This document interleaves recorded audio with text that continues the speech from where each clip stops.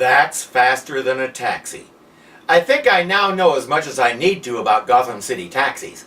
Meanwhile, the bad guys are nearing their objective. Left, a half fathom. Engine, dead slow astern. Yo ho, dead slow astern.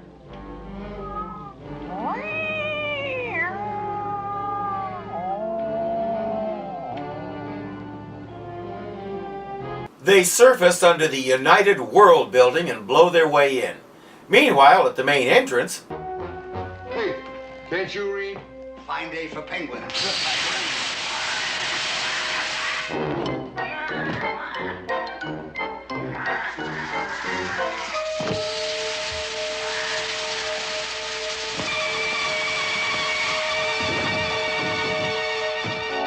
What are these guards there for?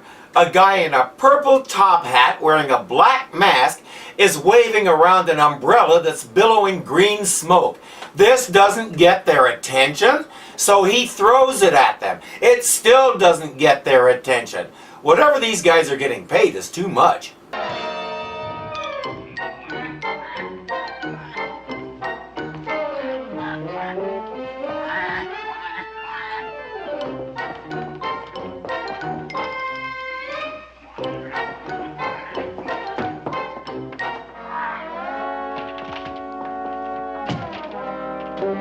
Once he's completed that gag, Penguin opens the door and lets the rest of the villains in. Holy marathon, I'm getting a stitch, Batman. Let's hope it's a stitch in time, Robin. That saves 9. The 9 members of the United World Security Council. All that running so we can do a gag based on an old cliche that nobody understands anymore. And no, we didn't understand it in 1966 either. I still don't know what it means. I'm sure somebody would be willing to explain it to me, but listening to them would require me to care. No solamente in Europa. Pour votre attitude, belligerant. Accord. Man fadling. Gentlemen, it is the considered opinion of Her Majesty's government that we pursue peace at all costs. No two of them speak the same language. There's a recipe for world peace if I ever saw one. The 4 conspirators sneak into the room. Poor United World in microcosm. I'm afraid they'll find our humor very, very dry. Gentlemen, my country understands your position, but in the interest of peace, we must... Nobody notices 4 masked weirdos standing right by them. They're all too busy fighting about how to make peace. The world's great hope. I don't know, maybe Riddler and the others do have a better idea. It might be worth a look. A lot of things could be better than this.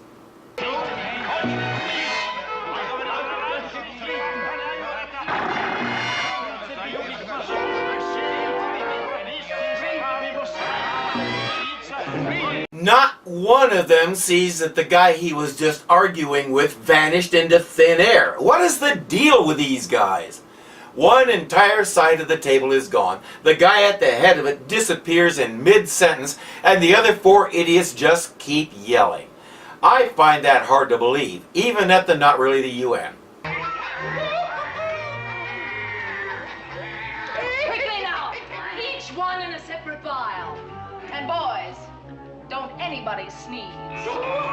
Batman and Robin arrive at the United World building, but they're too exhausted from the run to say anything, so they just keep muttering gibberish. The guards conclude they're drunk and throw them out. Emergency! Seal this building! And turn off the ventilating system. Robin's right. The entire Security Council may have been dehydrated. Emergency operator, emergency. Get me security. Emergency operator, emergency. Get me security. Up! The one on top is up. What a concept! It's a new concept to Batman, I guess, because he had to read through 5 languages to figure out which way was up. Surrender! You criminals! Language, Batman! There's a child present! Catwoman says, "Come any closer," and Miss Kitka dies. Batman hesitates just long enough for them to get away in an elevator. They discover that the Security Council has been kidnapped. Where does that elevator go? Downstairs, obviously. To an abandoned submarine dock on the river. He knew about this. He knew Penguin had a submarine, and he didn't think to alert anybody to guard it? We have just one trump card left, Robin. Heaven help the world if we fail. Come on. Now that I've had my dramatic moment, there's not a second to lose. On Penguin's sub, the group has decided it's time for their demands.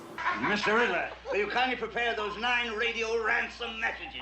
All right, all right. And none of your stupid riddles, do you understand? Make those messages plain. $1 billion cash from each country. Precisely, Mr. Riddler. To be delivered to our secret island by the horde of trained carrier pigeons, which I shall presently provide. Can't their navies just follow the pigeons and catch you? I see certain potential problems in this plan. But no whimsical embellishments, please. Make those messages clear. Make those messages clear. If they're so concerned, why doesn't somebody else send the messages? Suddenly, the Batboat has sonar, so they go out and track down the sub. Unfortunately, the sub also detects them.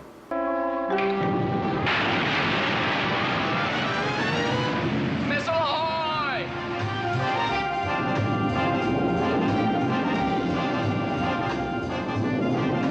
Looks like it has a homing device in its nose cone.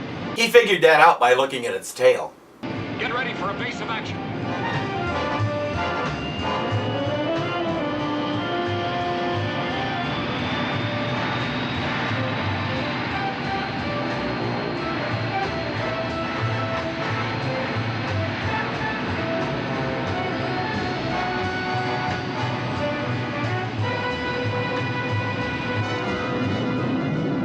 No use, Batman. It's tracking us. Our stunt driver did his best, but the stock footage just won't go away. Here, take my bat radio. I looked it up this morning.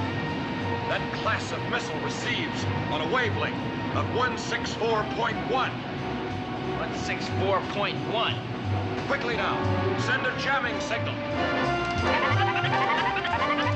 Since the batteries gave out last time, Batman converted it to a wind-up mechanism. Much more reliable.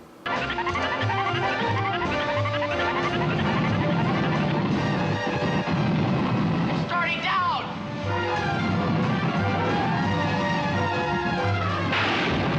They keep approaching the sub. Joker fires a pair of torpedoes. Torpedo waits up to port bound. Prepare to fire bat charges in front of torpedoes when in range.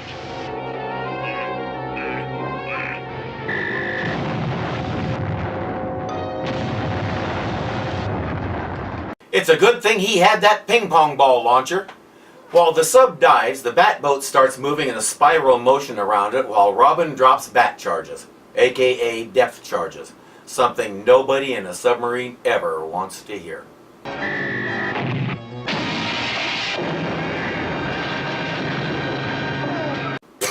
That's a bat charge.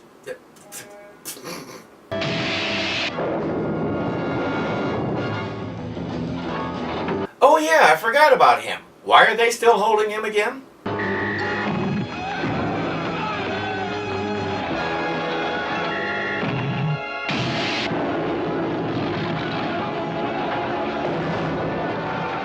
Guys, keep in mind you're not trying to blow them up, just force them to the surface, preferably with all the hostages intact in their vials. Lucky for them, those vials are weebles that wobble but they don't fall down, so everybody is still on one vial. The sub finally surfaces. These guys are all a little flaky in case you didn't already know, and they decide that Batman and Robin are pirates and they're going to repel them. Cue the big fight scene, which of course is just too much fun. Catwoman joins the party, already in progress.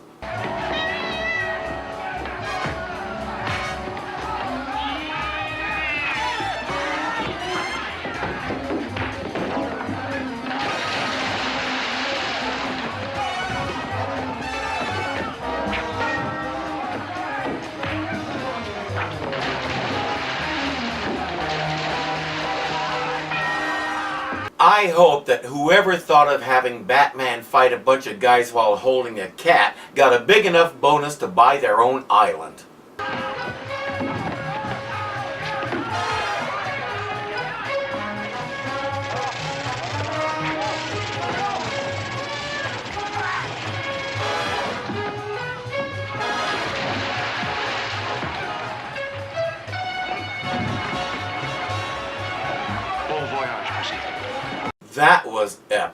Unfortunately, the cat clawed a hole in the lifeboat and drowned while Batman and Robin were finishing up the bad guys. Wait, I probably shouldn't say that. Leave this out.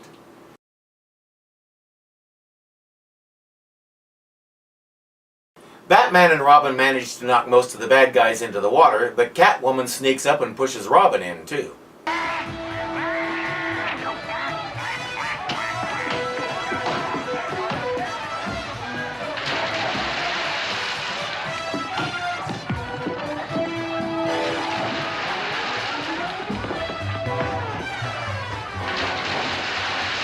She's got a salute for you, Batman. Remember the cat?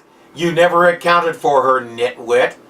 But while she stands there pondering how to get her cat out of that lifeboat, Batman and Robin finish pummeling all the other guys and climb the ropes.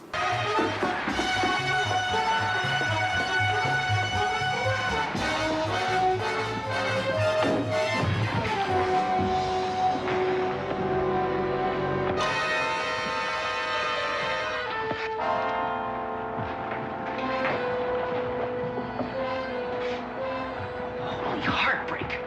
Miss Kitka. Batman takes a moment to mourn lost love, complete with Edith Piaf's soundtrack.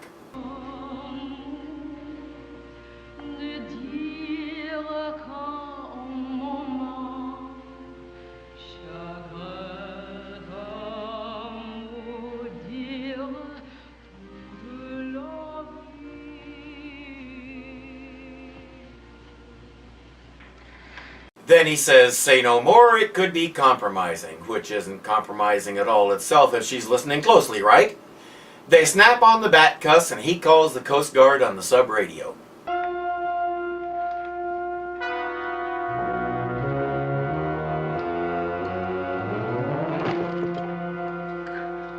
Robin, over here, look. The hope of the entire world. Tottering on the brink. Holy almost. To think it might have been shattered before our very eyes. Up with you, Catwoman. He hasn't finished cuffing her yet? Shot has gone to pot. Where's my tea? And what the devil is this? The captain's costume party?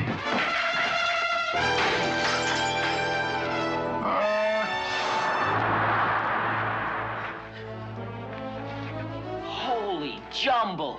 Where's the hope of the world now? Well, see, each ambassador was a different color sand, so everybody grab a magnifying glass and start separating.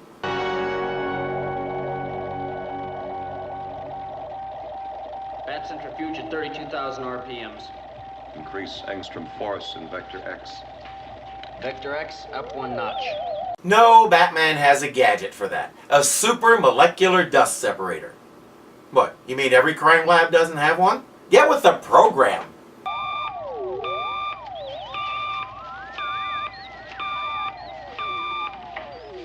Yes, Commissioner. What progress, Batman? He can make a lot more progress if you'd stop interrupting him with these phone calls. I'll activate the computer link. Feed in the various ethnic and national factors. Batman, wait a minute. What? Well, with the way the world is and all, don't you think maybe we ought to try to improve those factors? Kind of reshuffle them a little? Not a bad idea. Swap everybody's heads around and then they'd have to try to understand each other just to figure out what's going on. It's a start. No, Robin. No. It's not for mortals like us to tamper with the laws of nature. Obviously, Monsanto didn't listen to that speech. Seriously, we've been tampering with the laws of nature for our entire existence. Corn exists because we tampered with nature. I think Batman's just making a cop-out here because he's afraid if he actually did anything like that, he wouldn't be able to stop laughing at the result. Indeed, in this very Batcave, you saw a ghastly example of what happens when one tries to do that. Gosh, yes, Batman. When you put it that way. Gosh, Batman, you know everything! Making a movie didn't improve Robin's lines any. Here we go. Masks on so we don't accidentally inhale somebody's pancreas. Or maybe Batman will inhale a pancreas. The mask goes over your nostrils, detective.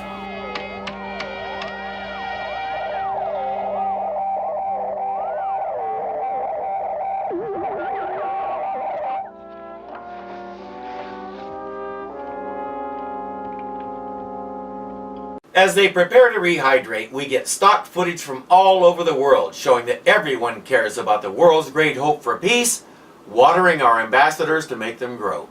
But we can't do it in the Batcave. There's only one place that this operation can be carried out properly. A solemn moment, gentlemen. One of dedication and humble supplication.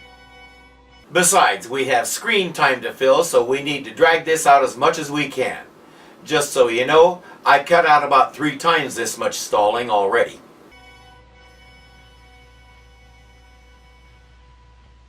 Robin, prepare to rehydrate. In other words, hook up the hose.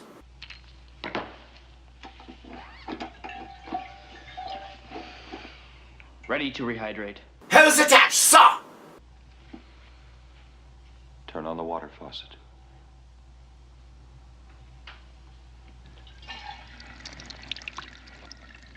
Drag it out, draw it out, way out!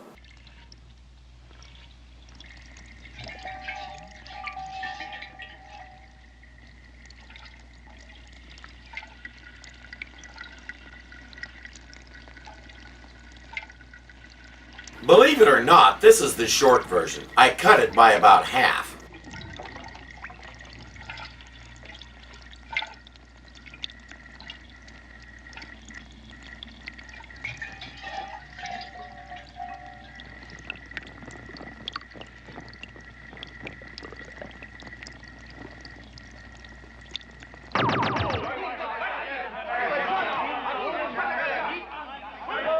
The world's great hope for peace. 9 guys who are so busy screaming at each other they don't notice all the other people in the room, or that each of them now has a big metal rod up his butt. I think Batman may be overly optimistic about these guys.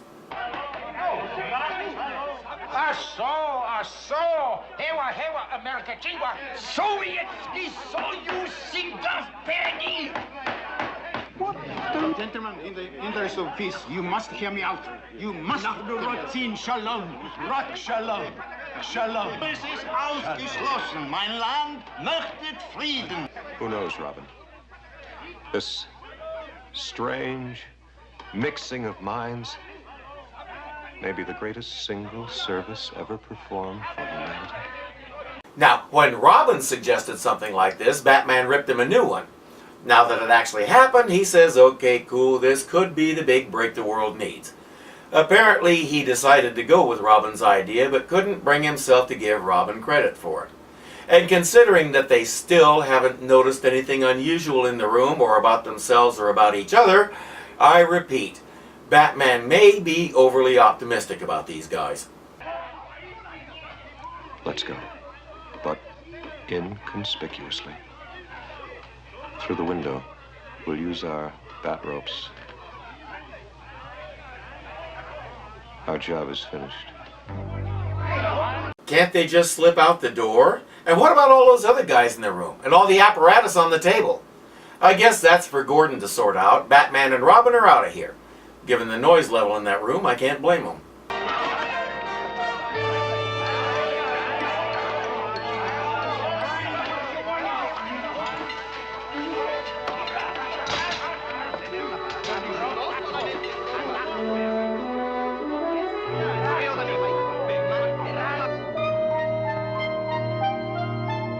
Don't they usually both climb on the same rope? When did Robin graduate to getting his own bat rope? Aw, our little one is growing up. And with that, we head off to the credits. This movie didn't do well at the box office, but it generated enough attention to get people watching the next season, so it accomplished its main goal. Lee Meriwether as Catwoman was a perfect choice. Sorry, I just had to do that. I would have liked to see more of Frank Gorshin's classic Riddler antics, but with 4 villains to give screen time to, they did what they could. The story is just as outrageous as you'd expect from a movie based on this character, and if you're willing to believe that people can be dehydrated into dust and then rehydrated and still be alive, then it's a really clever plot that these 4 evil characters devised. We know better than to ask questions like, where does Penguin keep all those humongous Polaris missiles in that little bitty sub? And just go with the flow, enjoying the silly nature of it all. It's even kind of silly funny when somebody gets killed.